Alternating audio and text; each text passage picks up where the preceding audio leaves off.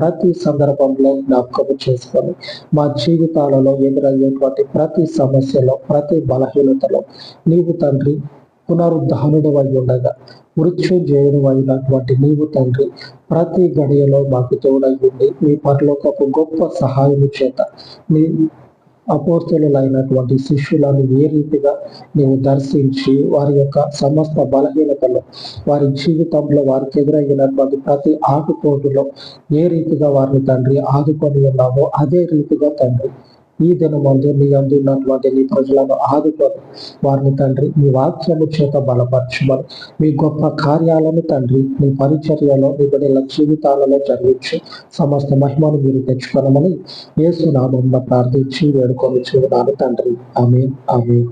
సర్వోన్నతుడైన మన దేవుని కృప నిత్యము మనకు తోడై ఉండి నడిపించును గాక. ఆమేన్, ఆమేన్.